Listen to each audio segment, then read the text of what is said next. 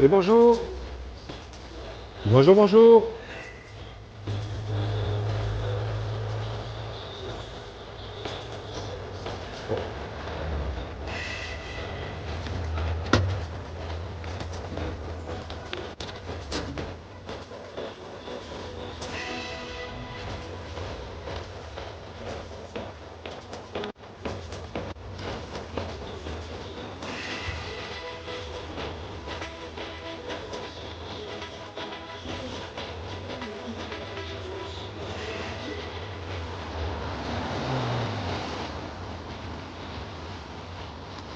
Et bonjour. Allô, allô.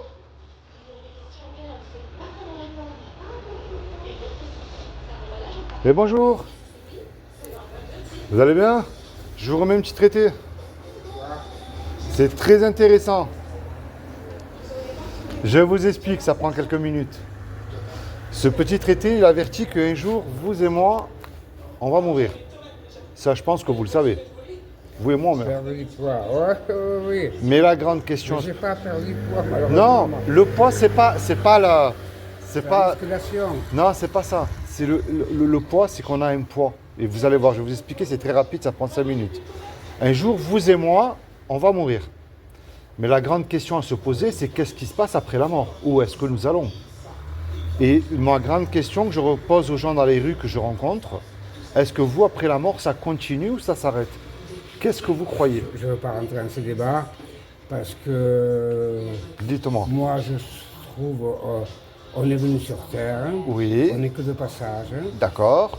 Donc j'arrive quand même presque à 80 ans maintenant, je sais que je suis plus Vous les faites pas, hein? Je suis plus près de la mort D'accord. que de la jeunesse. Ok. Enfin, ça veut rien dire, je peux partir avant vous, moi. Hein. Oui, mais enfin, il ne faut pas le sauter.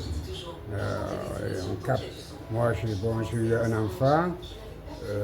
Mon enfant a une très bonne situation, il est marié, je suis grand-père. Très bien, vous êtes béni. Maintenant, je peux partir Tranquille. tranquille. Mais l'âme, elle va où? Partir là-haut. Si j'ai fait du bien autour de moi dans ma vie, Oui. là-haut, on me le rendra. Très bien. Si j'ai fait du mal, eh bien là-haut, on me le rendra aussi. Est-ce que vous croyez en Dieu? Non, Pas du tout. absolument pas. D'accord, pour vous, Dieu n'existe Enfin, pas. absolument pas. Je vais vous expliquer. Dites-moi. C'est pas que je ne crois pas en Dieu. Je pense qu'il y a un Dieu. Oui. Mais je ne crois pas à la méthode d'aujourd'hui, comment on peut représenter C'est Dieu. très bien, ça. Oui. Je vais vous expliquer pourquoi. Moi, je suis un garçon de la science publique. D'accord. J'ai été élevé chez des curés et des sœurs. Quand D'accord. j'étais gamin, j'ai été violé Ah. par les curés.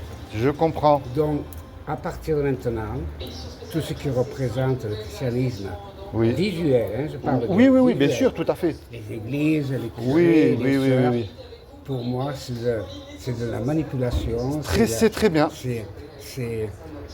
Non, il ne représente pas. Il ne représente pas Dieu. Vous avez mis un point où je suis totalement d'accord avec Mais vous. vous savez, vous êtes jeune encore. Moi, quand j'étais gamin, Oui. je vivais à la campagne. Et à la campagne, moi, leur finale nous plaçait dans des fermes. D'accord. J'étais un homme promis, en plus, vous voyez. D'accord. Et la fille, avec la fille de la ferme, je devais me marier. À l'ancienne, quoi. Voilà, je devais me marier avec cette personne qui était hors de question. Bon. Mais à la ferme, c'était des gens pieux, attention. C'était des Oui, gens oui, pieux. je sais.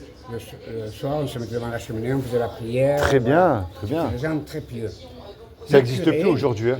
On n'avait même pas de voiture, on allait à la messe à pied, on avait 2 ou 3 kilomètres à faire pour aller à la messe. D'accord. Le curé venait avec sa 2 chevaux fourgonnettes, il passait chez l'infirmier, il passait chez alors, un c'était le poulet, l'autre c'était le boudin d'eau, l'autre c'était un lapin, l'autre c'était D'accord. un canard, l'autre c'était ceci. Le curé, ça mettait plein les poches.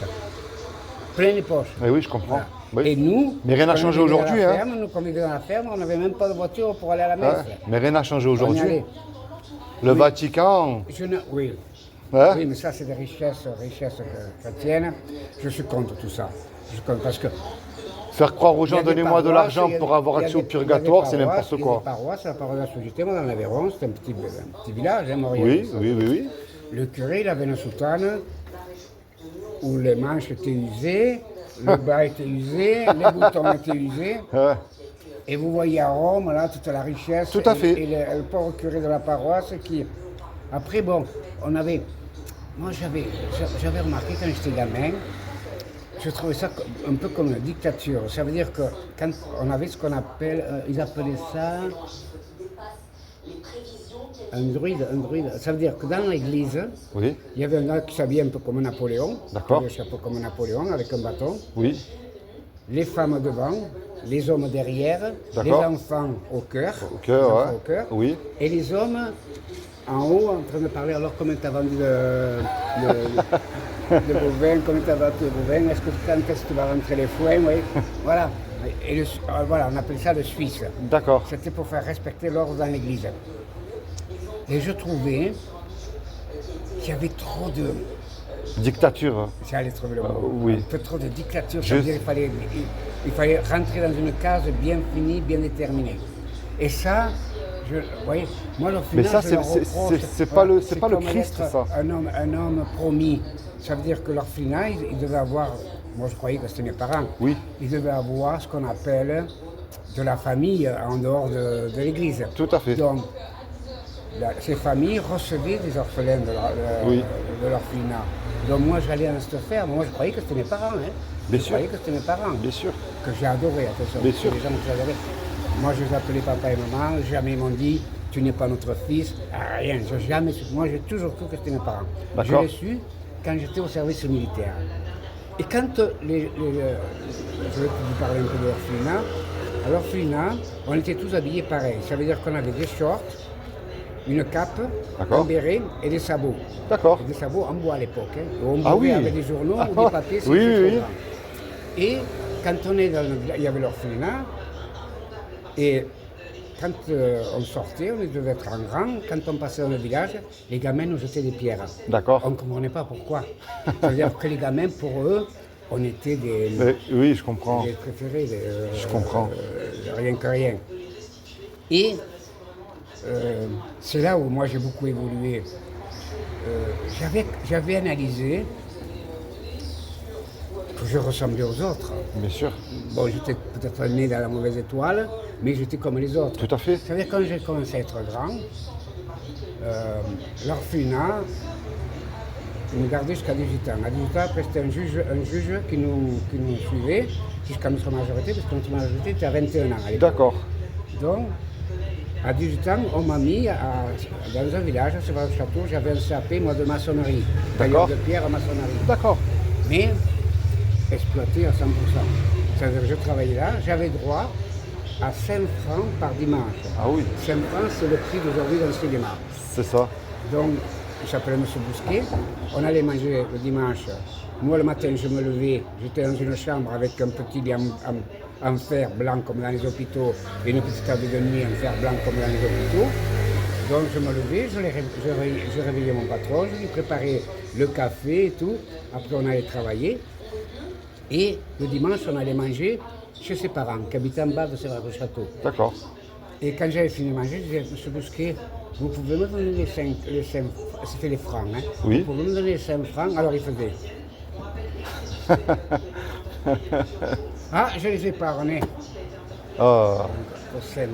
5 francs. hein. C'était l'entrée dans le cinéma. Et chaque fois, il C'était faisait la même courir. chose. Chaque Eh, fois, ouais. c'est la même chose. Donc, pour dire que j'ai évolué. Donc, on m'appelle au service militaire. Au service militaire, on me met à la CCS. La CCS, c'est la compagnie où on répare les jeeps, les GMC, D'accord. les camions. Tout ça. Moi, je dis au capitaine, mon capitaine, je ne suis pas mécano, moi. Et sur votre fiche, il y a marqué mécanicien. Ah non, j'ai jamais été mécano. Bon, je ne sais pas quoi faire de vous. Donc, il me renvoie à l'agent de compagnie. L'agent de compagnie me renvoie au colonel. D'accord. Le colonel, il voit mon dossier, assistance publique, gna. Bon, ben écoutez, je vais vous envoyer à Bayonne dans les transmissions, apprendre le morse. Vous savez, à l'époque, on apprenait Oui. le morse Oui. pour que ce soit codé de la caserne à Cassel-Sarrazin, à côté de Montauban, dans le 17e troupe aéroportée, dans les paras. Donc, on envoyait des messages en morse aux généraux de Paris. D'accord. Aux généraux de Paris. Donc, je passe ce concours du morse à Bayonne, je le réussis. De là, pour gagner un peu plus d'argent, je fais les sauts de parachutiste pour gagner un peu plus d'argent. Donc, je gagne. Comme je ne fume pas, je vendais mes cigarettes, ça m'a fait un petit pécule, mais j'étais sous la tutelle de juge. Eh oui. Puisque j'étais pas majeur, comprends. je n'avais que 19 ans à l'époque. Donc de là, je m'en vais, quand j'avais des permissions, je m'en vais au foyer.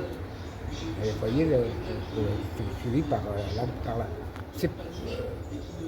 Oui, je crois que ça s'appelait la DAS à l'époque. Oui, la DAS, La c'est DAS. ça, c'est ça. Ça s'appelait la DAS. Donc jusqu'à 21 ans. À 21 ans, et moi j'avais un frère jumeau. D'accord. J'avais un frère jumeau qui était en orphelinat avec moi.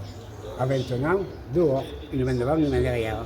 Ah, Donc je trouve une petite chambre à Toulouse, je vais dans la chambre avec mon frère. d'accord. Pour vous dire qu'à l'époque c'était vraiment. On reste 1 mois, 2 mois, 3 mois, 4 mois. Et c'était des chambres, ça avait des escaliers, des chambres un peu partout. On descend avec mon frère et la propriétaire nous interpose. Vous n'avez pas payé le loyer. Moi, comme je donnais l'argent à mon frère, je regarde mon frère, je dis mais tu as payé ou tu n'as pas payé? Il m'a dit oui, j'ai payé. Donc d'après eux, on n'avait pas payé. Donc ils nous foutent dehors. Oh là là. Dehors. On se retrouve à la rue. Moi, à la rue à Chevalier, je me trouve une petite chambre avec une petite fenêtre sur le côté.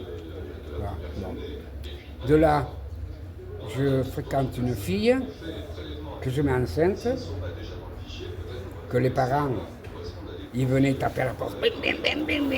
Elle était mineure. Elle était mineure, j'étais mineur aussi.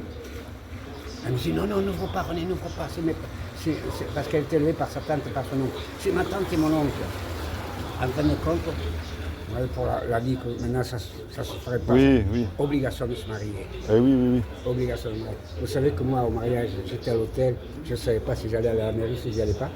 Vous vous rendez compte de la vie comme elle. C'est vrai. Donc, je me marie. Comme elle était tombée enceinte, je me marie. Elle a eu un mort-né. Donc, sur ce fait, quand j'ai été majeur, mon poste de service militaire, le colonel, il me dit Monsieur Vito, vous savez qu'est-ce qu'on va faire hein? On va. Non, il me dit, parce que quand j'ai fait le concours du Morse, quand je suis rentré à l'armée, revenu à la caserne, on m'a nommé caporal. D'accord. Caporal parce que j'avais réussi le. Je sais pas. Donc, on me met au PC. Le PC, c'est le centre. Oui. Pour avoir dialogue avec le caserne et les généraux de Paris et de Toulouse. Donc, là, nous étions 3 dans la chambrée. D'accord. Il y avait un sergent, un caporal-chef et un caporal, moi. Et à mesure que les gens partaient, puisqu'on était des appelés, Oui. on montait en grade. Ça veut dire que quand le sergent est parti, le caporal-chef devenait sergent, moi je devenais caporal-chef. Vous voyez, c'était Ah oui, oui, oui, bien sûr, bien sûr. Donc, j'arrive, j'avais quoi? Moi j'ai fait 24 mois d'armée. J'arrive à 18 mois, le colonel il me fait Monsieur Vito, vous êtes un garçon très discipliné, on voit que vous avez vécu dans l'orphelinat, très carré, vous devriez vous engager dans l'armée. Moi, m'engager dans l'armée, colonel, jamais de la vie. Comme ça, j'étais très direct, hein. Jamais de la vie. Pourtant, regardez, vous êtes sergent, en tant qu'appelé, quand vous partez pour vous engager, vous redescendez caporal-chef et vous faites les OER, c'est-à-dire les écoles de sous-officiers. D'accord. Non, hors de question, mais alors qu'est-ce qu'on va faire de ça? Il me dit, bon écoutez, je veux me mettre en contact avec le général de garnison qui était à Toulouse, Ok. on verra qu'est-ce qu'on peut faire de vous. Donc il me dit, le général il veut bien vous voir. Donc le colonel me montre qu'il faut me présenter devant le général. Vous voyez, pour vous dire que un peu la dictature aussi, ça veut dire des règles bien. Bon, je salue, que se retourner et tout. Bon, j'arrive devant le général, on dit bonjour mon général, je le salue. Et le général me dit, bon, mais écoutez, monsieur Vito, que je vois votre dossier, séance publique, dans 1 an vous êtes majeur. Je vois que vous ne voulez pas vous engager dans l'armée, pourtant vous feriez un très bon militaire. Non, mon général, non, ça ne m'intéresse pas. Là. Comme ça, je suis très direct. Bon, vous me voyez honnête. Est-ce qu'éventuellement vous seriez intéressé de travailler dans l'armée, mais en tant que civil? Je dis, ah ouais, mon général, oui, très bien. Donc je finis mon armée, on me fait rentrer dans l'armée en tant que civil. Vous savez que pour gratter les tanks, les camions, les jeeps, Ah oui. pour les peindre d'une couleur. Vous êtes redescendu plus bas, en Ça dépend fait. de l'endroit où ils vont, vous savez. Mais on ne faisait rien. On jouait aux cartes avec les militaires tous les jours. Moi, à 21 ans, je me dis, qu'est-ce que c'est que ça? Je ne savais même pas combien je gagnais. Je n'étais pas majeur encore. Hein. Donc, quand ma majorité arrive, moi, qu'est-ce que je fais? Je quitte Toulouse, à l'aventure. Eh oui. Hein. Je fais un vrai vagabond. Je m'en vais à Perpignan. Perpignan, je vois un magasin de store, vous savez, les stores autour. Oui. Perpignan Store, voilà, quel beau magasin. Et je vois le patron qui sortait avec une voiture. Vous vous rappelez les Toyota avec les phares qui s'ouvraient devant? Oui, oui, bien sûr. Noir, vitre teintée, on aurait dit un mafioso. Je veux le voir, je dis oui, bonjour, je voudrais être représentant. J'avais été représentant? Non. Qu'est-ce que vous faisiez avant? Ben, j'ai un CAP de maçonnerie. Bon. J'ai écouté, vous savez pourquoi je voulais être représentant? Je voyais tous les représentants, des belles voitures, bien habillés, toujours. Moi, je ne suis pas plus idiot qu'eux. Je voulais pouvoir y arriver. Bien sûr. Donc, il s'appelait M. Marquet. M. Marquet, prenez-moi un mois sans paye, sans salaire. Un mois sans salaire, mais non, je n'ai pas le droit. Bon, il me dit, j'en parle à ma femme, revenez demain, le lendemain. Je vais le voir, il me fait. Bon, ça m'embête parce que moi j'avais le permis, à l'époque, le permis militaire. Oui, c'est vrai. Ouais. Eh oui, oui, oui. En civil. Donc ce que j'ai fait, j'étais bête parce que j'avais la voiture, enfin la moto, la voiture, les camions et les cars. J'avais tous les permis. Je ne les ai pas fait changer parce que moi, du moment que j'avais le permis de voiture. Tout à fait. Ben oui, bien sûr. Donc, et j'ai revu le lendemain, il me dit bon, mais il me dit ça m'embête, j'ai pas de voiture à vous donner, j'ai pas de voiture à vous donner. Vous pouvez pas trouver quelqu'un qui vous prêterait? Non, monsieur Marquet. Ça. Bon, ben écoutez, je vais vous prêter mon voiture. Là. Moi j'étais aux anges. Eh oui. Voiture noire, les verres fumés, j'avais à tout casser 21 ans. Je me voyais dans un autre monde. Alors, il me dit, pendant 3 ou 4 jours, il me montrait les tarifs, il me dit, bon, ben, écoutez, partez à l'aventure, donc faire du porte-à-porte, je fais du porte-à-porte. Je me mets, je ne sais pas si vous connaissez Rivesaltes, Rivesaltes. Non. Les vins de Rivesaltes, c'est connu. Non, non. Rivesaltes. Je prospecte et je vois un mas, un viticulteur, avec une terrasse immense, exposée plein sud. Moi, je vendais du store, Perpignan Store. Je vais voir, je me présente, je me fais passer pour une très grosse société. Oui, bonjour, je suis le Perpignan Store. Nous sommes une société de fabrication de stores, toiles, de menuiserie aluminium. Pas le PVC, on ne faisait pas le PVC à l'époque encore. Il me dit, écoutez, ça tombe bien. Avec mon épouse, on parlait de mettre un store. Je peux vous faire un devis si vous le désirez, de suite sur le champ. Il voit sa femme, et sa femme lui fait un store, oui, mais j'aurais aimé une véranda. Elle faisait au moins 8 mètres sur 3 mètres de profondeur. Nous faisions aussi la véranda. Donc il m'avait donné un catalogue avec des photos, des réalisations qu'il avait fait lui. J'ai dit que c'était moi qui les avais fait, vous voyez les réalisations que j'ai fait. Ah oui, sa femme me fait, ça me plaît beaucoup. Est-ce que vous pouvez me faire un devis? Il n'y a pas de problème, je vous fais un devis. Donc je calcule longueur, profondeur, hauteur, trapèze, toiture, mètre carré de toiture et tout. Je fais le devis, clac, monsieur Antin, fabrication des postes de mesure aluminium, façade, côté latéral, côté gauche, trapèze, descente gouttière, descente de... Quand je vois le prix, je m'effraie moi-même. Je vois le prix, je m'effraie moi-même, mais je dis rien. Je dis bon, mais voilà, je vous établis le devis, vous en avez pour, je ne me rappelle plus de la somme, tant. Et moi, je regarde droit dans les yeux pour voir leur réaction. Et je vois la femme qui fait ah, oui, ça me va, ça me va. Je dis écoutez, si vous voulez, si vous êtes d'accord, on signe le bon de commande, vous me versez 50% de la compte. Ok, je fais la commande, tac. Je dis ça vous dérange. À l'époque, il n'y avait pas les portables. Ça ne vous dérange pas que j'appelle ma direction, c'était bon pour ma direction, mon patron. Ma direction, j'appelle, allô, monsieur Marquet, oui, bonjour, c'est René, voilà, j'ai signé une véranda à Rivesaltes. Ah bon? Il m'a dit oui. Est-ce que vous pourriez venir pour faire la prise de mesure définitive? Parce que moi, je Oui, suis oui, militant, oui. il fallait quelqu'un quand même qui... Donc, M. Marquez, il vient, il ne se fait pas passer pour le patron, il se fait passer pour le technicien. Oui, la oui, prise de oui, oui. mesure chez le technicien. Voilà, tac, tac, par la mesure, hein, bon.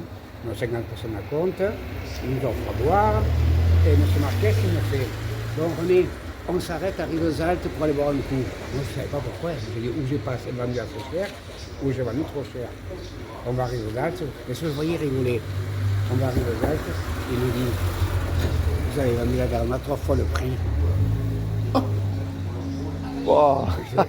Monsieur Marquez, on va revoir, vous lui expliquer que je débute et que je me suis trompé. Eh oui. Elle me dit, ah, non, non, les prix sont libres, ils ont accepté, non, non, surtout pas. Par contre, on va leur offrir ce qu'on va leur offrir, on va leur... L'ouvert-drap, vous savez, les stores, Oui. stores Oui, oui, oui, oui, oui. orientation, on a fermé toute la véranda. On a fermé. Sur ce fait, lui, il m'envoie à Toulouse faire les ventes Delta. Ça veut dire apprendre, déjà bien apprendre le produit, Ah ouais. et faire le système de l'entonnoir. D'accord. Ça veut dire quand vous faites la vente, vous partez très large. Eh oui. Et à un moment donné, vous devez savoir si la personne a l'argent pour faire les travaux D'accord. ou si elle n'a pas l'argent. D'accord. Si elle a l'argent, vous essayez de le traiter sur le champ parce qu'il y a Oui, l'argent, bien sûr. pour ne pas vous faire piquer l'affaire par notre concurrent. Tout à fait. S'il n'a pas l'argent, venir sur un financement. On m'a D'accord. appris le système de financement aussi. Hein. Donc moi, qu'est-ce que je fais au stade, on m'apprend à être large. Et donc, c'était une technique 100% positive. Hein. D'accord. 100% positive. Donc, mon patron il m'achète une voiture, je commence à tourner, il me déclare et tout. J'ai fait 3 mois de stage à Toulouse. Je réussis, donc j'ai un brevet comme quoi je suis un très bon vendeur. Parce qu'il Eh oui. faisait faire des tests pour voir. Eh oui, oui, oui. Donc, je reviens, ils me prennent une voiture, et là, je cartonne, vraiment, je me fais des salaires exorbitants. Même mon banquier à l'époque me dit, mais comment vous faites pour gagner des salaires comme ça? Ben, je dis, vous savez, monsieur, à l'agent, hein, à la banque, c'était la banque populaire à l'époque. Vous savez, moi, je me lève à 6h du matin et je rentre le soir à 9h. Vous commencez à 9h et vous finissez à 17h. À 17h. Les mêmes horaires. Donc mon patron, il voit ça. Il me dit, bon, ben, René, tu sais qu'est-ce qu'on va faire? Je vais acheter un Mercedes à plateau bas. Je vais monter une véranda avec les stores toiles sur les côtés, la corbeille derrière, sur le Lambrosquin Catalan Store, devis gratuit. Vous allez vous trouver des marchés. Ça veut dire que moi, j'ai commencé à faire. Je testais les marchés, les marchés qui étaient les meilleurs. Je faisais Prades, Pras de Moyo, Le Boulou, Collioure, Prades, le marché de Perpignan le dimanche matin. On avait monté un beau Mercedes, un beau Mercedes avec la musique, l'ambiance. Et j'avais réservé mes endroits dans différents villages. Vous voyez qu'il y a le marché. Oui, oui. Le lundi, c'était par exemple le Boulou. Le mardi, c'était Amélie-les-Bains. Le mercredi, c'était... Donc, je me faisais un salaire fou. Un salaire de fou. Incroyable, hein? Un salaire de fou. Après, il me dit, comme la boîte s'était agrandie, on était arrivé à 15 personnes, on vient lui demander s'il ne voulait pas faire avec les camions. C'était un beau camion, on en a fait 2 camions après. À l'époque, je pense que vous ne l'avez pas connu, il y avait un peu comme le Tour de France, mais c'était le Midi Libre. Non. La course du Midi Libre, c'était Perpignan, Montpellier, Toulouse. C'était une grande course, hein, réputée, hein, un peu comme le Paris-Nice, vous voyez. Ah oui. Comme le Oui, Paris-Nice, un peu le même système. Et il y avait ce qu'on appelle la caravane. La caravane. Donc moi, avec mon Mercedes, ce qui m'a coûté le divorce, hein, avec mon Mercedes, je faisais... Ah ouais, vous voyagez quoi. On avait des stylos, on avait des t-shirts, on avait des casquettes, Catalan Store, et on distribuait ça à tout va. Bon, ça m'a coûté le divorce parce que je n'étais plus chez moi. Il n'y avait plus de vie de couple, bien sûr. Le matin, je partais à 5 heures oui, du matin oui, oui. pour aller chercher le camion au dépôt. Oui. J'allais sur les marchés. À midi, les adresses que j'avais prises le matin, je les prenais à chaud dans l'après-midi. Je peux venir cet après-midi, à quelle heure ça ouvre? Donc je me planifiais l'après-midi. Je m'en faisais. Vous savez comment j'ai vendu du moustiquaire à Le 4 à l'époque. Vous voyez où c'est Le 4 à côté de Perpignan? Oui. c'était rempli de moustiques à l'époque. Bien sûr. Je vendais Oui, oui. plus de 100 moustiquaires par jour. Mais à des prix, quand vous allez au Roi Merlin, les moustiquaires comme ça, vous voyez, les moustiquaires comme ça, Oui. c'est 30 euros. Ouais. Moi, à une époque, une moustiquaire comme ça, je la vendais 600 ou 700 euros. Ah oui. Ah oui. Il n'y avait pas de concurrence, il n'y avait rien. Les moustiquaires, ils avaient énormément de moustiques. Alors, je mettais mon camion, je nettoyais le store, je mettais un petit paquet. Je suis en clientèle, si intéressé, veuillez laisser vos coordonnées. Quand je revenais, j'avais 3 ou 4 rendez-vous. C'est bien. Veuillez nous rappeler. Mais d'un côté, c'est le couple qui a pris un coup. Voilà. ouais. Vous voyez, donc j'ai réussi. Alors de là, je suis resté 4 ans chez Perpignan Store. Comme on travaillait avec Technal Toulouse, qui est une grosse boîte, qui a 1000 ouvriers à Toulouse, hein, qui fabrique le profil aluminium, le directeur commercial de Toulouse vient voir le patron de Perpignan Store et il me fait « Purée, ton représentant ?» Le gars, discrètement, il me fait René, parce qu'il me connaissait à force de venir, tu ne voudrais pas être représentant chez Technal France, c'est tout à fait autre chose. Hein. Tout à fait autre chose, hein. Ça n'a rien à voir. Là, je rentre avec une voiture de fonction, téléphone dans la voiture, carte bancaire de la société parce que je vais expliquer pourquoi. Ah oui, ça m'intéresse. Pour payer les péages, la nourriture Voilà, et tout ça, quoi. Tout à fait. Ah oui, c'est de là que ça m'a coûté le divorce. Voilà, bon, il me dit, bon, mais je vais voir la direction de Toulouse, Technal, Technal m'écrit, voilà, nous sommes intéressés par rapport au chiffre d'affaires que vous faites. Voilà ce qu'on peut vous proposer. Perpignan, Monaco. Ça veut dire faire tous les aluminiers, tout ce qu'ils fabriquent. Donc j'avais de Perpignan jusqu'à Monaco. Voiture de fonction changeait tous les ans, en leasing, vous savez. Oui, le leasing, oui. Téléphone dans la voiture.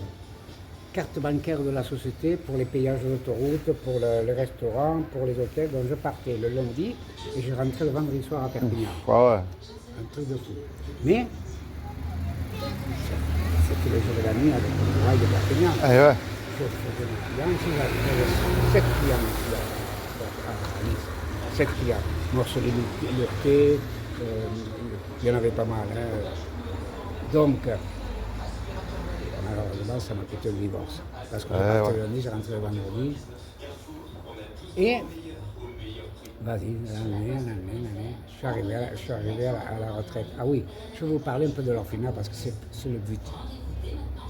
Quand j'étais marié, là, que je travaillais chez Technal, j'avais une Mercedes. Donc je dis à ma femme,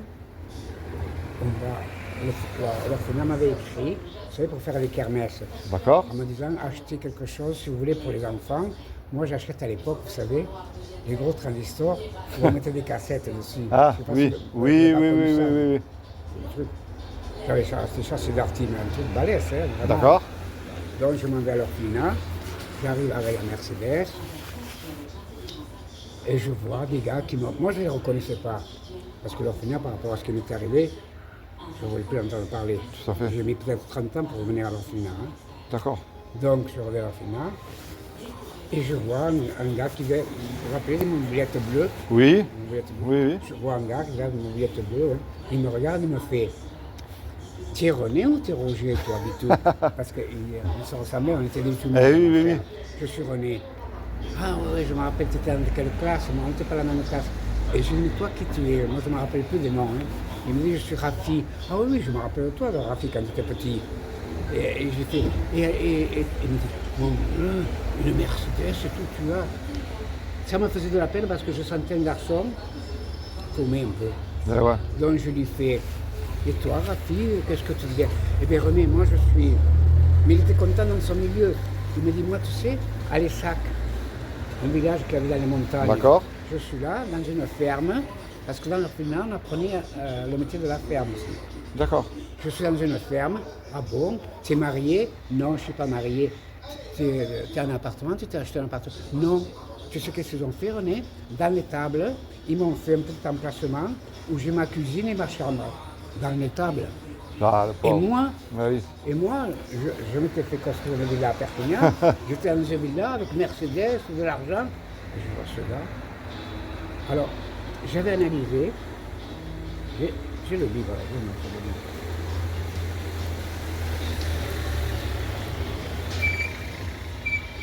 le livre. Ça, c'est le livre de l'orphelinat. Vous voyez? 13. 13. Oui. Une vocation, une aventure, une réalisation. Et ça, j'étais petit chanteur de la Croix de Bois. D'accord, les petits chanteurs du COS. Dans l'Écosse, vous voyez. Ah. On chantait, on allait dans une maison de retraite, on chantait, on faisait, vous voyez. Et ça, c'est toute l'histoire de l'orphelinat. D'accord. Donc, y compris le viol. Ah. Et moi, c'est ça que je voulais que vous me mettiez le point. Alors, je vous rassure, je ne suis pas témoin de Jéhovah. Je ne... Non, mais vous seriez témoin de Jéhovah, j'ai un ami, moi, témoin de Jéhovah. Non, non, mais je vous explique. Je ne remplis aucun banc d'église. J'ai pas compris. Je ne remplis aucun banc d'église. Ni une secte, ni une organisation. Je vous laisse finir juste que vous m'expliquiez par rapport au viol là, des prêtres catholiques. Oui. Donc, c'est que j'en étais, parce que ma vie a tellement été... Ah oui, donc, je reviens sur l'histoire du viol. Moi, j'ai été violé pendant 2 ans. 2 ans. 2 ans, ça. Parce que c'était très fermé. Ça veut dire que moi, on nous faisait dormir. Vous connaissez un peu la France, l'Aubrac, Oui, le Cantal. oui, le oui, Cantal. oui. On dormait ce qu'on appelle dans des granges. D'accord. C'est-à-dire que peut-être que des sœurs dans l'orphelinat avaient des parents qui étaient agriculteurs. D'accord. Et on dormait, et ce curé me violait. Moi, on nous fait faire la chasse du tamar. La chasse du tamar, ça n'existe pas. Ça veut dire dans les fougères, parce que les fougères étaient plus hautes que nous, même déjà, avec une bougie allumée et un sac de jute. Vous voyez, ça de jute comme les pommes de terre. D'accord. Et il faut attendre le tamar. D'accord.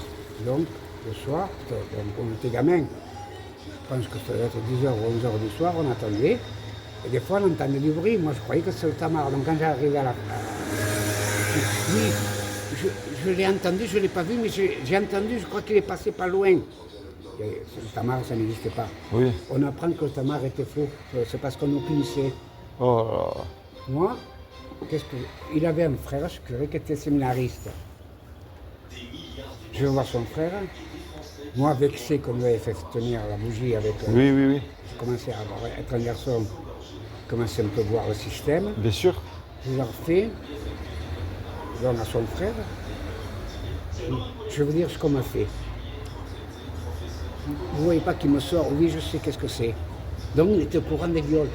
Oh, c'est incroyable quand même ça. C'est une adresse qui devait avoir 20 ou 21 ans. Hein. C'est incroyable qui ça. se préparait pour être curé. Donc, lui, il en parle à son frère, au curé qui m'a violé. Oui, oui, oui. Le curé qui m'a violé, pour vous dire qu'ils avaient énormément de pression. Ils font réunir tout le groupe et il prend, je me rappelle toute ma vie, il prend un fusil, il dit Jean-Claude Vert. Donc, oui, je vais en revenir à l'orphelinat quand je suis allé 20 ans après. Je vois la fameuse sœur qui avait été trouvée le directeur et la sœur dit à ma femme, et moi j'entends ça, la sœur dit à ma femme, vous savez, René, il a beaucoup souffert quand il était petit. Moi j'entends ça. Je regarde la sœur Bernardin et je lui fais, sœur Bernardin, vous voulez que je vous dise quelque chose? Vous devriez vous trouver en prison aussi. Bien sûr, avec les viols que vous avez subis. Vous avez caché en fait. Vous avez caché, vous devriez être en prison aussi. Ma femme, René ne parle pas comment ça devant une sœur parce que ma femme était chrétienne. Elle était chrétienne, ouais. Mais chrétienne quoi? Chrétienne ou catholique? Catholique, voilà. D'accord. Elle allait souvent à l'église, sans plus. Moi, je suis pour l'individuel, c'est-à-dire oui. Les gens, comme ils ont envie d'être, voilà. Donc, je lui fais, et ma femme me fait, comment tu parles? Je dis oui. Vous voyez, sœur Bernardin, vous devriez vous trouver en prison. Et vous osez dire que j'ai souffert quand j'étais petit, alors que vous saviez ce que... Vous avez les choses, attention là. Vous saviez ce qu'on nous faisait, vous le saviez. Et figurez-vous que moi je n'ai pas su ça. C'était pas un curé qui violait les gosses, c'était 2 curés. C'est incroyable. Deux curés. c'est Donc, vraiment- le deuxième que je connaissais de lui parce que je le voyais, mais que j'avais aucun doute. C'est incroyable. Vous savez, moi je me rappelle, maintenant j'ai presque 80 ans, hein, mais je me rappelle quand on allait au sport, vous savez, le monter à la corde, Oui. il avait le vis, frappé par les cuisses, vous savez, il empêchait de se faire. Et ouais, J'avais quoi, j'avais 4 ou 5 ans. c'est incroyable. Et après, on jouait au ballon. C'est dégueulasse. Il disait, bon René, prends le ballon et amène-le à ma chambre. Je savais où j'allais. Hein. Ah oui. Je savais où j'allais. Je savais où j'allais. Mais je suis révolté contre Le tout ce qui catholicisme. représente l'Église. Peut-être moins maintenant, je ne sais pas, parce que je ne fréquente C'est plus. comment votre prénom si c'est pas René. René. Je ne fréquente plus les églises maintenant. Oui, Pour moi, je comprends. Pour moi, c'est fini. Maintenant, pour revenir à Dieu, je pense qu'il y a un Dieu. Mais moi, je me dis dans ma tête, hein, je ne crois plus aux chrétiens. À la... Je comprends. Je comprends. L'ambiance. Si j'ai fait du bien dans ma vie, quand je vais mourir, là-haut, Oui. Ben moi, je vais vous annoncer une bonne nouvelle, René. C'est pas le hasard si je vous rencontre aujourd'hui. Et je vous vends pas du rêve. Je ne vous fais sur mon traité. Vous savez le mot là, le poids. attendez, je vais baisser le son parce que comme je suis un peu sourd, j'arrive à un âge. Vous savez le poids, Malheureusement. le poids là qu'il y a, il n'y a pas d'invitation à l'église. Le poids, c'est ça. Où c'est qu'il y a Il est là. que vous m'aviez donné. Il est là. Voilà, je vous le donne. Attendez, je vais mettre 1000 mètres aussi. Il est. Parce qu'à 11h, j'ai le kiné. Ah, ben ça va être très rapide, vous allez voir. Le poids, ça s'appelle le péché. Le péché, il y a différentes formes de péché. Vous savez, ce que vous m'avez dit, moi aussi j'ai grandi à la DAS. J'ai grandi dans les foyers. J'étais moi, je n'ai jamais connu mon père. Ma mère m'avait dit que mon père m'avait fait un désaveu de paternité. Ah oui. Et j'ai quand même souffert d'un manque d'un père, de mon vrai père. Celui qui... Vous l'avez connu? Pas du tout. Jusqu'à aujourd'hui, j'ai 44 ans. Dans une semaine, et dans une semaine et demie, j'ai 44 Moi, ans. j'ai jamais connu mon père. Et ma mère, avant qu'elle se remarie, c'est ma grand-mère qui m'a élevé, moi. J'étais le chouchou de la famille. Il y a eu un cocon familial. Voilà, j'étais le chouchou de la famille, hein, on va dire. Ma grand-mère, lorsqu'elle est décédée du cancer, ma grand-mère est décédée du cancer et de la tristesse aussi, parce que ma mère, lorsqu'elle s'est remariée, j'ai vécu avec un beau-père qui me battait énormément. Qui vous? Battait. À coups de poing, il me prenait, me soulevait, me jetait contre le mur de la villa. Et votre mère disait rien? Ma mère disait rien. Et moi, pour exprimer ma souffrance, parce que je commençais un petit peu à me rebeller envers lui, j'ai fugué.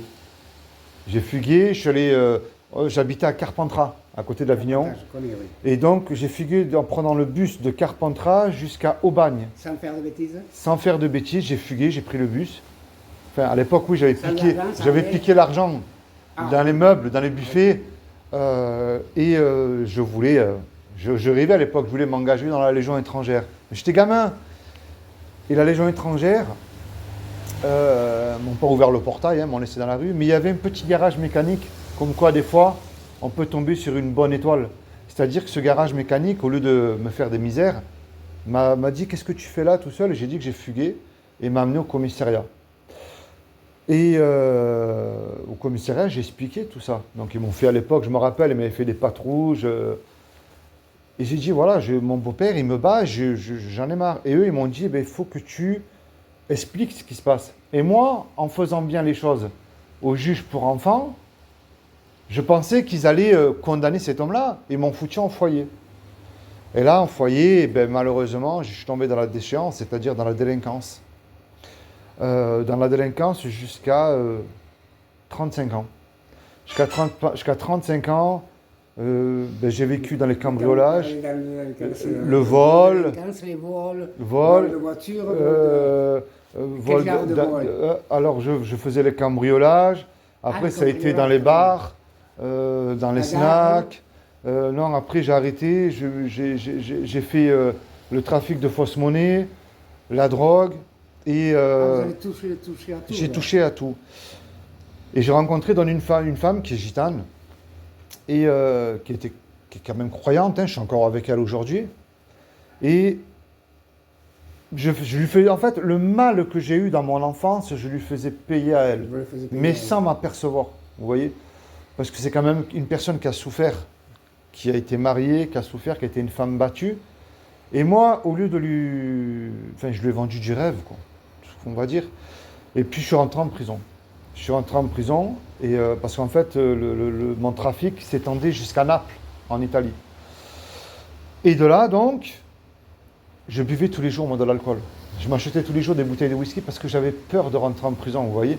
Et chaque fois que je me réveillais, je disais, je suis content que je suis encore dans mon lit, que, ben, comme à l'époque, mon vocabulaire, que les flics, ils m'ont pas pris, quoi. Oui, je pense qu'à cette époque, vous avez fait la délinquance parce que il y avait plus de possibilités, alors que moi, j'ai jamais connu la délinquance.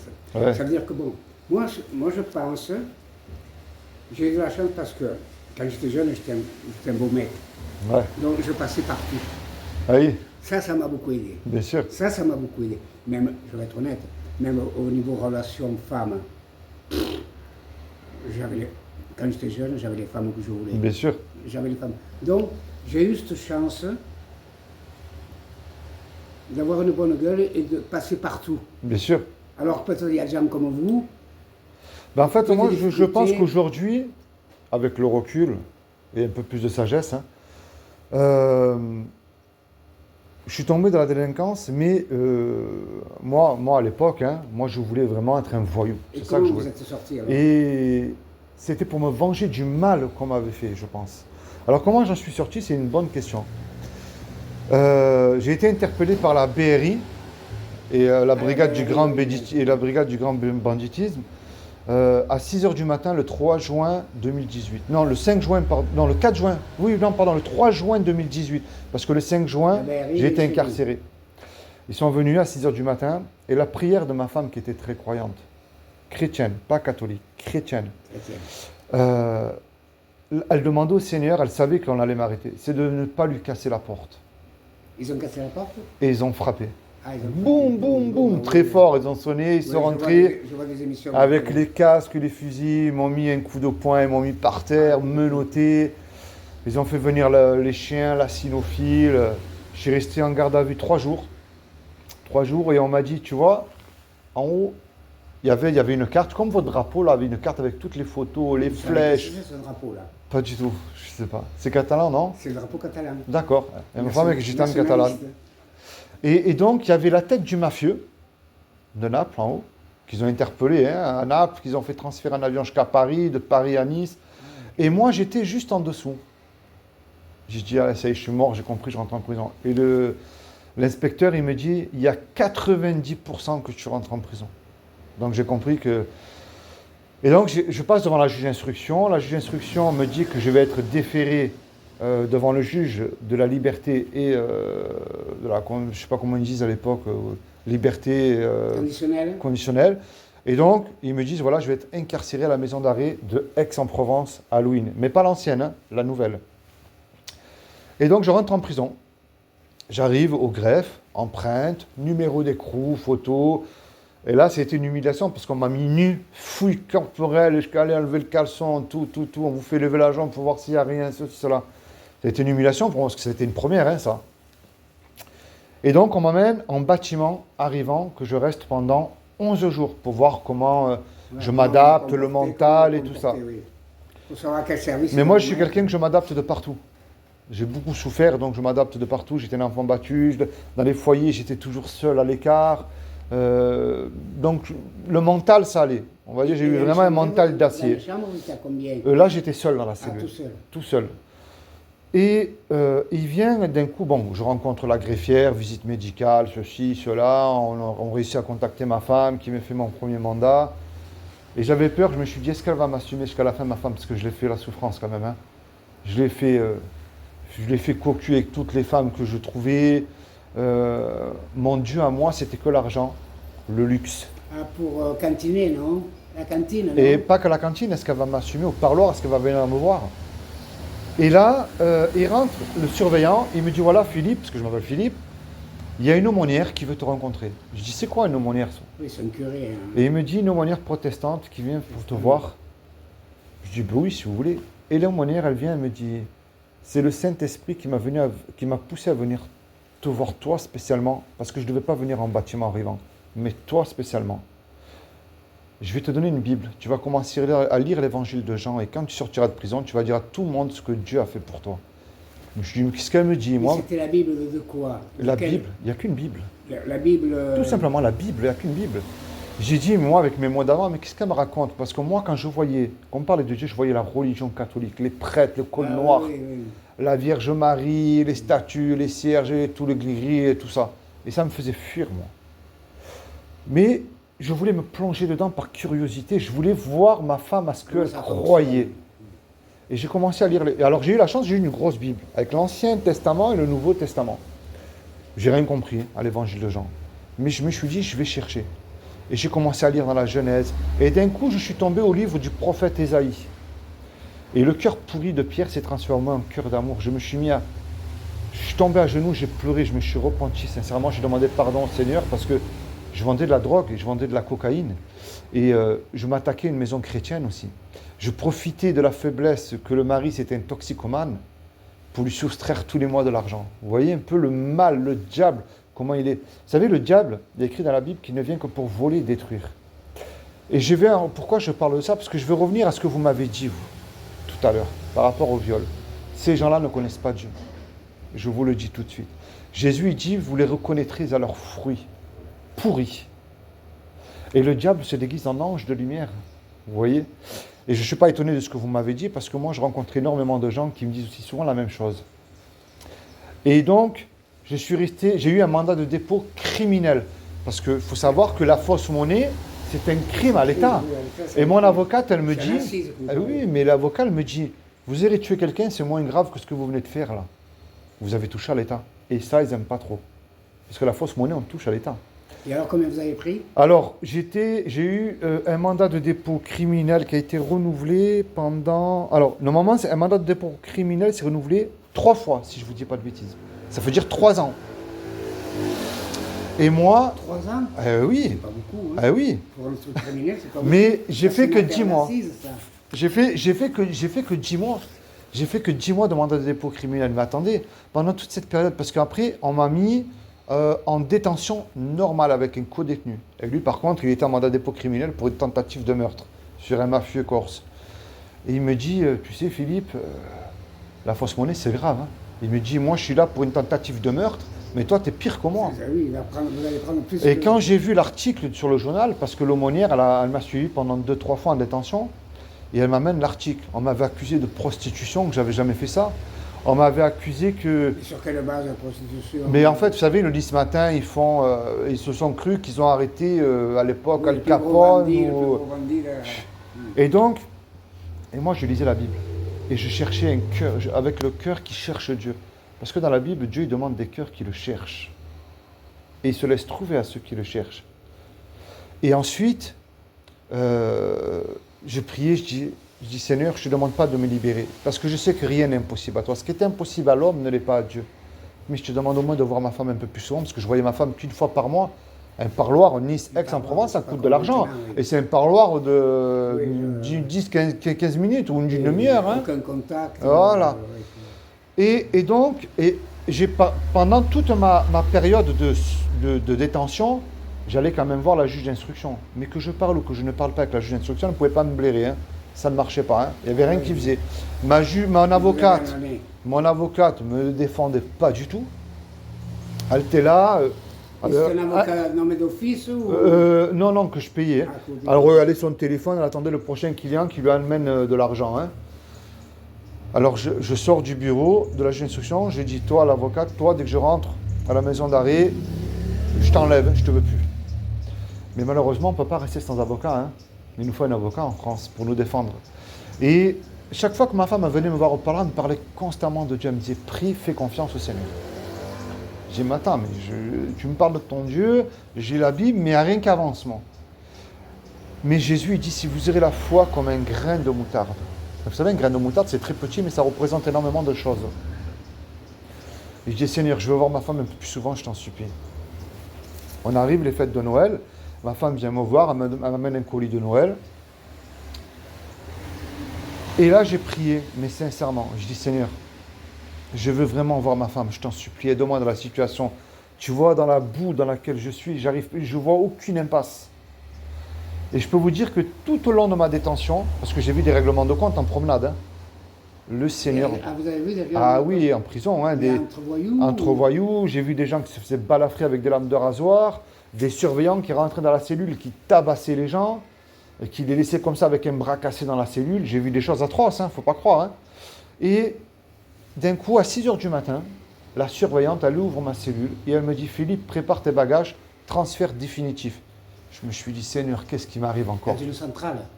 Et non, et en fait, de Aix-en-Provence, je descends au greffe, on me transfère à la maison d'arrêt de Nice. À Nice, là? À Nice. Mais là, j'ai vu, à la rue de la gendarmerie à Nice. Elle est pourrie, cette fois. Mais oui, mais là, on m'a mis dans la prison, Vous savez pourquoi je sais qu'elle est pourrie? C'est-à-dire, pourquoi? Il y a des ateliers là, derrière la prison, Oui. des ateliers avec des grandes portes Oui. métalliques. Oui. Mais c'est moi qui les ai vendues, ces portes. Ah, d'accord. Hein. Mais je vous dis que c'est Donc, pas le hasard que je vous donc, rencontre suis rentré aujourd'hui. dans la prison. D'accord. À l'époque, ce tribunal m'avait donné un laissez-passer pour rentrer, Ouais. pour faire le devis. Donc je me rappelle, c'est comme, il y a Oui. comme un genre de couloir très crado, je me rappelle. Après, il y a une cour. Oui. Et derrière, il y avait deux grandes portes métalliques qu'il fallait changer. Je crois que c'était des portes en bois à l'époque. Il fallait les faire métalliques avec meilleure sécurité. Parce que là-dedans, il y avait des outils, c'était... Oui. Oui. Donc j'avais vendu les portes. C'est pour ça que j'ai connu la Eh prison. bien, de vous Nice. savez, on m'a mis dans une prison, dans la prison. En QI. Ah, dans une prison, dans la En prison. quartier d'isolement, en QI, on m'a mis. Pourquoi en quartier d'isolement? Pas pour peur, pas de règlement de compte, parce qu'il y avait le mafieux dans la prison de la maison d'arrêt de Nice, mais on était une trentaine dans le dossier. Et la plupart, ils étaient tous à Nice, et je ne pouvais pas circuler normalement de peur qu'on combine.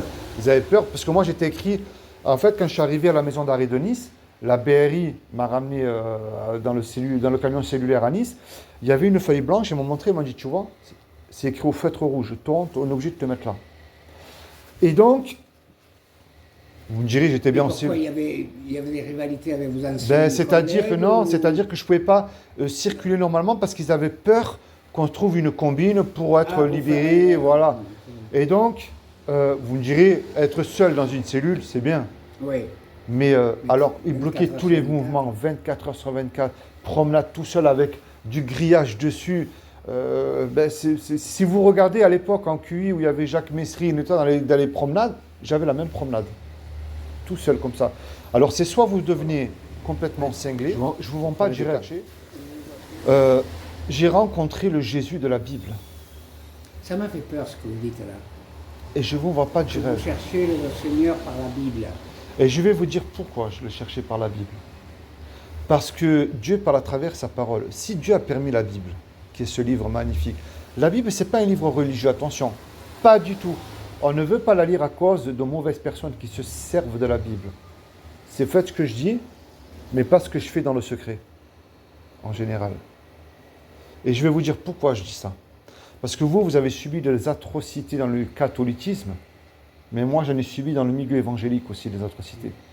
Mais je vous rassure, J'ai fréquenté, moi, ça, l'église. Mais- J'ai fréquenté l'église évangélique, témoin de Jéhovah et les Mormons. mais je n'ai pas abandonné le Seigneur. Alors vous, Enfin, vous avez j'ai tout su- fait. J'ai suivi. J'ai voulu voir, parce que je pense que moi, je suis un garçon Qui veut chercher Curieux. Curieux. curieux, savoir. Mais vous savez, la curiosité Je n'est pas suis un vilain athée. défaut. Hein. Aujourd'hui, je suis athée. D'accord.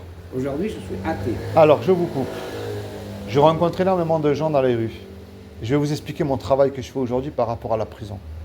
Combien de cheveux vous avez sur votre tête? Combien de? Cheveux avez-vous sur votre tête? Je ne sais rien. Vous ne le savez pas. Donc, vous ne pouvez pas être athée. Pour être athée, il faut avoir la connaissance absolue. Et vous le savez mieux que moi, parce que vous m'avez rencontré votre vie qui est extraordinaire. On apprend et on découvre chaque jour des choses. On ne peut pas être athée. C'est pas possible. Même les démons ne sont pas assez stupides pour dire que Dieu n'existe pas. Parce qu'ils savent que Dieu existe.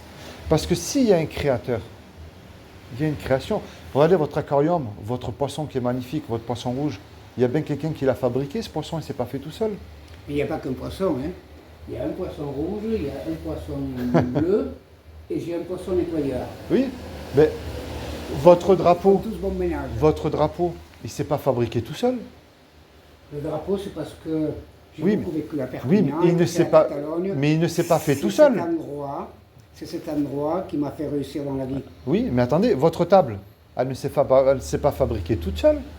Derrière, il y a un créateur, vous ne connaissez pas ce créateur. Un fait scientifique, prenez rien, rien ne peut rien créer.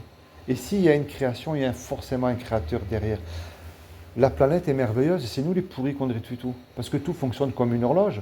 Prenez une poule, vous m'avez parlé de la ferme, une poule c'est bête, mais vous lui donnez n'importe quoi à manger, elle va vous pondre tous les jours un œuf. Vous fabriquez, vous qui avez gagné énormément d'argent, vous fabriquez une machine comme ça extraordinaire, demain vous êtes milliardaire. Et on ne peut pas fabriquer une machine comme ça. Et pour revenir à mon histoire, je n'avais pas d'avocat lorsque je suis arrivé à Nice parce que j'avais enlevé mon avocate à Aix-en-Provence. Donc j'étais sans avocat. Et ma femme avait me voir à un parloir et là, par la grâce de Dieu, j'ai pu avoir 3 parloirs par semaine. Donc Dieu a entendu Ici à Nice. à Nice. Parce qu'à Aix, j'avais qu'un parloir par mois parce que ça revenait cher. C'est pas beaucoup. Hein. Et oui, ça revient cher aussi l'argent. Il faut trouver les personnes qui vous amènent et des personnes de confiance aussi. Et donc, ma femme, elle vient me voir au parloir et je lui dis, tu sais, je crois que j'arrive à mon 10e mois de mandat de dépôt, il me reste 2 mois. Et j'aurai fait 1 an et je pense que ça va être renouvelé, je n'ai pas d'avocat. La juge d'instruction ne peut pas m'encadrer, comment je vais faire? Heureusement que vous aviez votre femme. Eh oui, heureusement que j'avais ma femme. Et avec les misères que je lui ai fait en plus, elle m'a soutenu. Et elle me dit simplement une chose, Philippe, prie et fais confiance à Dieu. Et aujourd'hui, je peux dire une chose, que c'est Dieu qui a utilisé ma femme pour m'amener à la véritable foi. Écoutez bien le mot que j'ai dit, la véritable foi. Je rentre en cellule, j'ai dit, j'ai écouté ma femme, je ne vais pas me casser la tête, j'en ai marre de payer des avocats, je vais prendre un avocat commis d'office. Et je me suis dit, parce que le gardien-chef du bâtiment QI, il m'a dit, tu sais, les avocats commis d'office, ce n'est pas des ploucs. Ah non, Ils viennent d'arriver. Ils ont les dents longues. Hein, Et parce oui, qu'ils ont envie de- et ils veulent que te faire sortir pour que tu leur amènes des clients. Et j'ai dit, c'est pas bête ce qu'il dit. Et donc j'écris, Oui, ils veulent se faire connaître. et je demande un avocat commis d'office. Ça m'a été accepté de suite. Et il vient une dame, une jeune femme, avocat commise d'office, qui m'a très bien défendu d'ailleurs. Elle me dit, elle me montre le dossier, donc j'ai su ce que c'était qu'un parloir avocat, parce que mon ancien avocate, elle n'avait jamais venu me voir une seule fois à Aix-en-Provence. Je ne savais pas ce que c'était qu'un parloir avocat. Hein. C'était un avocat de Nice. Et c'était un avocat de Nice là. Il est venu me voir et il me dit, c'est une jeune femme, elle me dit, vous voyez Philippe, j'ai une mauvaise nouvelle à vous annoncer. Tous vos anciens compagnons, y compris le mafieux, mettent tout sur votre dos. Je fais pardon. Je fais mais attendez, vous plaisantez? Elle me dit non, non, non. Je fais écoute, on arrête le parloir là. Je tape à la porte, remettez-moi en cellule. J'ai pris une énorme crise de nerfs. J'ai tout jeté dans ma cellule, j'ai tout cassé. Je me suis calmé, bon, les surveillants sont venus, ils m'ont dit Philippe, tu sais, il y en a qui ont vu pire que toi et ils ont quand même vu le bout du tunnel, ils sont sortis. J'ai tout arrangé ma cellule, j'ai fait à manger. Et d'un coup, il m'est venu, pouf, une petite lumière dans ma tête. Je me suis mis à genoux, j'ai écouté ma femme. Et j'ai prié. J'ai dit, Seigneur, tu connais tous mes péchés, même les plus secrets, tu sais tout ce que j'ai fait dans ma vie, tout au long de ma vie. Je te demande une seule chose. Ferme la bouche à toute personne qui dirait un mensonge envers moi, qui est faux. Si tu me libères de prison, je te jure que je te donne ma vie. En fin de compte, ça est bien sorti parce que, vu les délits qu'on vous accusez, Mais attendez, ça allait loin. Hein. je vais vous 3 expliquer. ans, vous avez fait. J'ai fait non, c'est 3 ans un mandat de dépôt criminel, j'ai fait que 10 mois. Que 10 mois. Oui, mais attendez la fin de l'histoire. J'ai fait mon manger, un coup que j'ai fait ma prière, j'ai fait mon manger, tout ça, et je me suis mis au lit. À 4 heures du matin, écoutez bien, 4 heures du matin, une grande lumière blanche illumine ma cellule entière. Plus blanc que votre peignoir. Une lumière plus éblouissante que le soleil. Et une voix que vous ne pouvez même pas contredire, qui me dit, Philippe, prends ta Bible, lis le psaume 91. Je vais te libérer de prison et tu vas dire à tout le monde ce que moi j'ai fait pour toi. Je m'inquiète parce que vous partez tous sur des tests. Attendez, mais justement, je vais vous dire pourquoi les textes. Je vais vous répondre à la question. Le lendemain, Je vois un peu le témoin de Jéhovah là. Non, pas du tout. Je ne suis pas témoin de Jéhovah parce que les témoins de Jéhovah... Non, les témoins de Jéhovah, c'est un peu le même système. Mais C'est attendez, tout à base le de tests. pire témoin de Jéhovah, Ils connaissent la Bible par cœur. mais ils ne la connaissent pas du tout. Je vais vous dire pourquoi. Non, mais enfin, bon, Je vais vous dire pourquoi ils ne la connaissent pas du tout. Parce qu'ils disent que Jésus était un archange. alors que les archanges lui sont soumis à Jésus. Ce qui est différent. Et eux, ils suivent la secte, la Watchtower, la tour de garde, ce qui est différent. Le lendemain, j'étais joyeux. Je savais que j'allais avoir une bonne nouvelle. L'avocate revient me voir le lendemain, elle me dit, voilà, vous allez avoir une confrontation avec le mafieux. Avec le mafieux. Oui. C'est-à-dire que là, on sera dans le bureau de la juge d'instruction, lui assis devant, avec 2 gendarmes, et moi avec 2 gendarmes assis derrière. Comme vous auriez pu vous faire décrier. Je pense qu'à l'époque, j'étais quand même rebelle. Pas comme aujourd'hui, que je me suis vraiment... Ils avaient un peu peur. C'est moi que je pense que je leur ai sauté dessus, parce que dire des mensonges comme ça, c'était vraiment hallucinant. Je peux le comprendre. Et donc, la juge d'instruction, rappelez-vous que je vous ai dit au début, elle ne pouvait pas m'encadrer. Et lui, par contre, il arrive sans avocat. Ça aurait été son droit de refuser la confrontation, puisque son avocat n'était pas là pour le défendre. Mais il a commencé à... C'était des mafieux dans quel style trafic... les Napolitains, ils touchent à tout. Les Napolitains, ça touche à tout, les Napolitains. Tout. Oui, c'est escroquerie, trafic de drogue, et fausse monnaie, raquettes, c'était à tout. Oui. Et en plus, c'était dans le quartier à Scampia. Napolitain, ouais. Et donc, il a demandé à la juge d'instruction qu'il ne voulait pas faire la confrontation. Parce qu'il n'y avait pas son avocat, mais son avocat était malade. Et en plus, c'était un avocat parisien parce que, comme je vous ai dit au début, ils l'ont transféré à Paris. Il est resté à la prison de la Santé quelques jours pour le transférer. Mais quand vous arrivez à la prison de la Santé, il faut un avocat aussi quand même. Oui. Et donc, la juge d'instruction l'a insisté à faire la confrontation. Elle s'est moquée que son avocat n'était pas là. Et il allait commencer à dire des mensonges. Et d'un coup, je ne vous vends pas du rêve. Les lèvres collées. Impossible de dire un mensonge contre moi. Et donc, mon avocate, elle le dit comme quoi, oui, mon avocate défendait très très bien. Hein. Vous voyez, mon client, lorsque la BRI l'a interpellé, ils n'ont trouvé aucun téléphone dans sa maison. Or que lui, lorsqu'il a été interpellé, sur son téléphone, il y avait tous les clients qui lui achetaient la fausse monnaie. Et donc là, la juge d'instruction, elle regarde mon avocate, en parlant pour moi, vous allez me déposer une demande de liberté sous contrôle judiciaire à votre client et j'y répondrai très favorablement. Et je vous ai dit au début qu'elle ne pouvait pas m'encadrer, la juge. Et je lui ai écrit, attention, j'ai oublié de vous dire, pendant toute ma période de détention, je lui ai écrit des lettres, une trentaine de lettres pour demander une libération. Hein. Mon avocate, donc on sort du bureau, elle me dit, écoute Philippe, moi je dois partir pendant une dizaine de jours en vacances. Dès que je reviens de vacances, je te promets que je dépose ta demande de liberté sous contrôle judiciaire. Mais attention, le procureur peut refuser. Le procureur peut faire appel. Donc là, j'ai eu une petite crainte encore. Mais lorsque je suis retourné en détention, écoutez bien ce que je vais vous dire. Parce que le procès verbal tenait la route, vous aviez peur parce que... Non, parce que c'est son choix, parce que c'était une affaire grave. Il y avait même le maire de Nice qui s'est mêlé, qui a remercié l'interpellation. Estrosi. Estrosi. Ah oui. mais c'est tout récent alors. Ça. Ah oui, je vous dis, c'était le 3 juin 2018. En 2025, oui. Et donc, écoutez bien, pendant ces dizaines de jours, le Seigneur m'a complètement transformé. Et il m'a transformé, il m'a montré réellement son amour qu'il avait pour moi, que je suis un misérable pécheur à ses yeux. Parce qu'on n'est pas sauvé par nos œuvres. Et c'est ce que vous prêchez aujourd'hui. Et oui, on est sauvé par grâce. C'est une grâce. Vous savez, il ne nous doit rien. Quel est votre... Ah ben je vais vous expliquer, vous allez voir, vous allez voir. Parce que j'ai fait vite. À 11 heures, donc, j'ai fait vite. Et donc... si vous voulez, on peut se revoir plus tard. Si vous inquiétez pas, j'ai terminé là.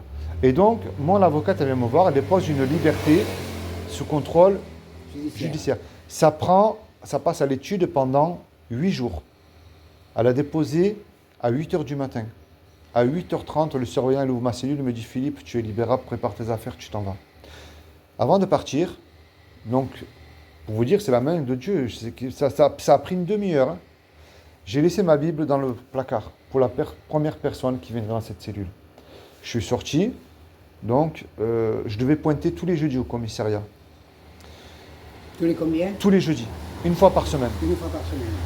Et donc, je suis sorti. Ça, c'était pour vous suivre ou... Bah oui, parce qu'après, j'ai eu mon procès aussi. Ah oui, le procès n'a pas eu lieu. Le procès a duré une semaine aux assises. Hein. Et donc, je suis sorti le 28 mars 2019. J'ai fréquenté une église évangélique à la rue Lascaris, qui est à côté du port.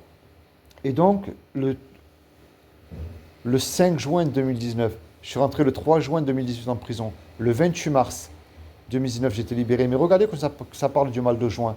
Le 5 juin 2019, j'ai fait mon baptême à immersion à la plage. J'ai reconnu Jésus-Christ comme Sauveur et Seigneur qui est mort à la croix pour mes péchés. Par la foi, j'ai accepté ce qu'il a fait. Et j'ai commencé donc à fréquenter mon église. Et vous savez que lorsqu'on est baptisé, on croit qu'on va être pasteur. Mais pas du tout. Je sortais avec les jeunes, évangéliser, annoncer l'évangile dans les rues. Mais j'avais honte de Jésus. Je voulais rester de loin derrière moi. Donc vous êtes évangéliste. Et attendez, je vais vous répondre. Et le Seigneur m'a placé là où je ne voulais pas être. Témoigner de lui dans la rue.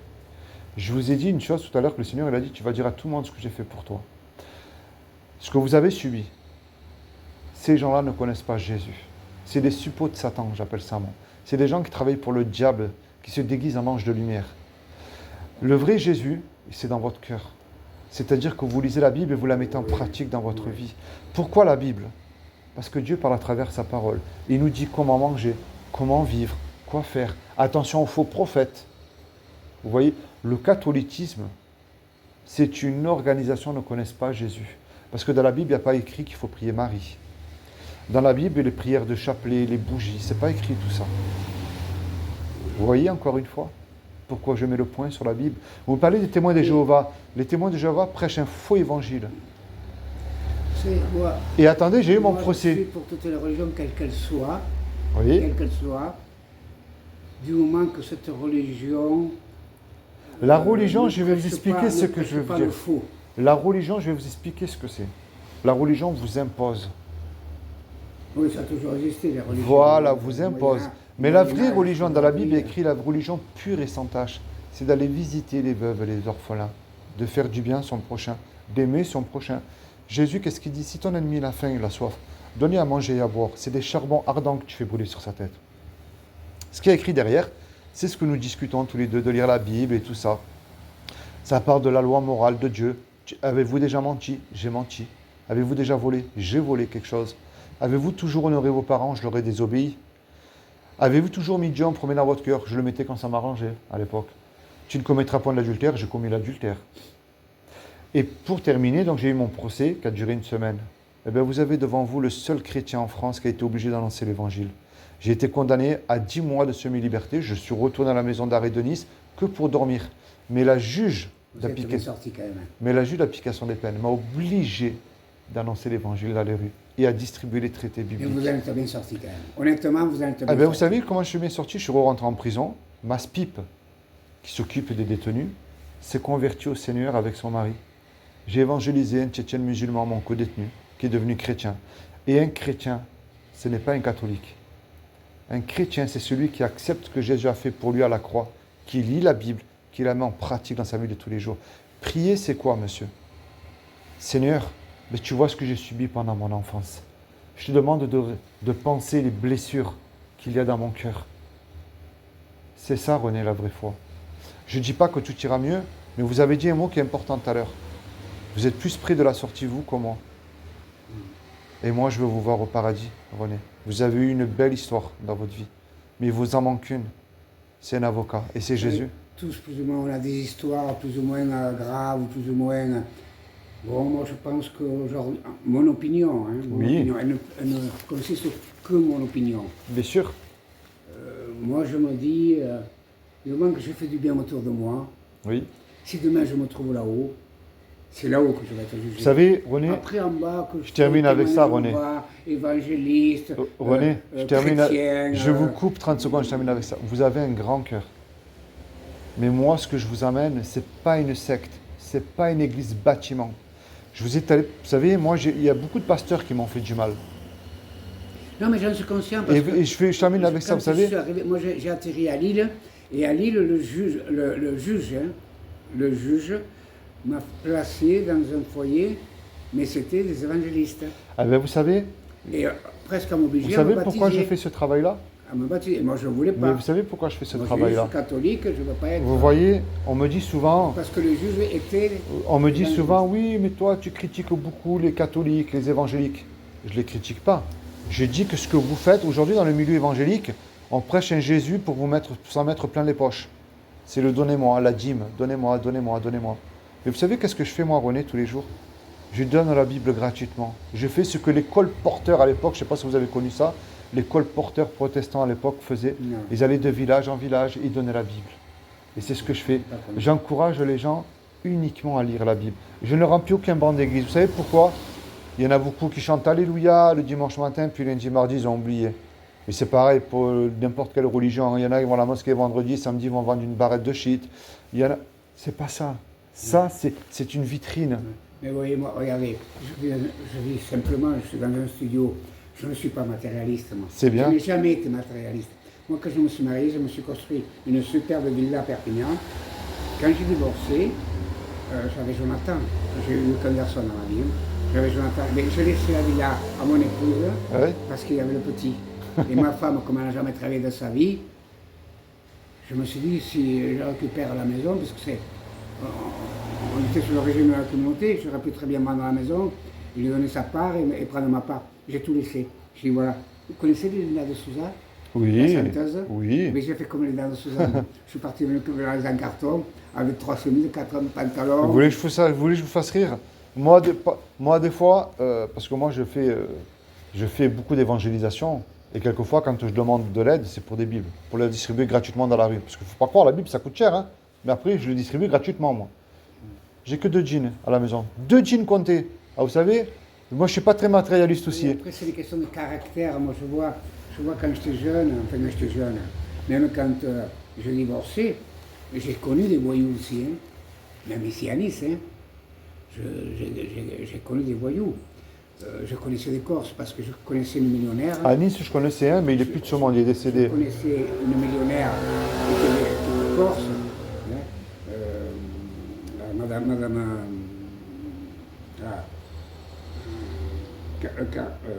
pas Carpinelli, c'est Caldi. Voilà. À Nice, moi j'avais connu, vous connaissez l'histoire des casinos Rules? Oui. La fille là, qui avait disparu. Caldi. Elle avait une nièce qui était en Corse, qui jouait dans un cercle de jeu avec avocat, truand. Ah oui, mais ils sont tous pareils. Vous savez, attention, moi souvent on nous appelait, bon à l'époque j'étais avec une copine, elle dit René, si tu as un problème, tu m'appelles, je te fais venir quelqu'un, le problème sera réglé dans les 24 heures. Vous voyez? Ah, c'est grave. Alors, c'était un cercle de jeu à Bastia, avec avocats, mafia, truands, voyous. Alors, quand elle était, parce qu'attention, quand il y avait le cercle de jeu, si elle perdait, les autres faisaient confiance, mais il fallait qu'elle passe à la caisse. Hein. Oui. Elle appelait sa tante ici, Mme Secaldi, qui était millionnaire. Hein. Oui, tata, j'étais au cercle de jeu, je dois 5 000 euros. La tante, chèque, 5 000 euros, la moitié. Et vous voulez que je vous fasse rire? Ah, mais moi, j'ai côtoyé les plus grands voyous aussi niçois.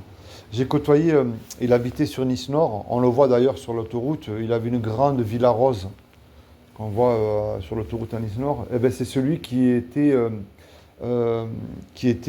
été jugé aussi pour la fille du Casino Roule qui avait disparu à l'époque. L'affaire Spaghieri. Oui, qu'ils ont disparu, la riche héritière du Casino Rulle, sa fille qui a disparu. Qu'ils n'ont jamais retrouvé. Ils ont retrouvé, oui. Oui, mais c'est l'affaire où, soi-disant, ils l'ont enterré dans du béton, je ne sais pas quoi. Oui, oui. J'ai côtoyé, moi, ces gens-là, pour vous dire, je reviens de loin, mais aujourd'hui, je sers Jésus, celui de la Bible. Et c'est pour ça, René, je vais vous faire un cadeau, je vais vous donner une Bible gratuitement, vous n'avez rien à me donner. Et le plus beau cadeau que vous puissiez me donner en retour, c'est de la lire. C'est de la lire, de temps en temps. Tout seul, vous lisez la Bible. Oui. Bon, allez, je vous fais ce cadeau. Alors, je ne suis pas prêt encore, j'ai rendez-vous chez le kiné. Hop. Et sincèrement, Philippe, oui, ça m'a fait plaisir. Vous repassez. René, vous repassez. C'est en grosses écritures. J'ai mis un petit marque-page. Et je vous encourage, lisez dans l'évangile de Jean. Vous me le prêtez? Je vous le donne, c'est gratuit. Et vous n'avez rien à me donner, c'est gratuit. C'est gentil. Et ça m'a fait super plaisir. Eh bien, vous revenez et je vous dirai franchement ce que j'en pense. Ah ben, je repasserai. Parce qu'on a un peu le même caractère. Moi, je suis un homme très franc. Je n'aurais pas peur de vous dire s'il y a quelque chose qui me tracasse dans votre Bible. Oui. Je vous le dirai. Et c'est à vous de Sur le traité, il n'y a pas de numéro de téléphone et pas d'adresse. J'ai vu. Voilà. Voilà mon travail, René. Ça m'a fait super plaisir. C'est pas le hasard que je vous ai rencontré. Que Dieu vous bénisse, René. Merci. Que Dieu vous bénisse abondamment. Allez, passez une très bonne journée. Je repasserai, comme ça vous me direz, vous lisez la Bible, hein? D'accord. Allez, au revoir René.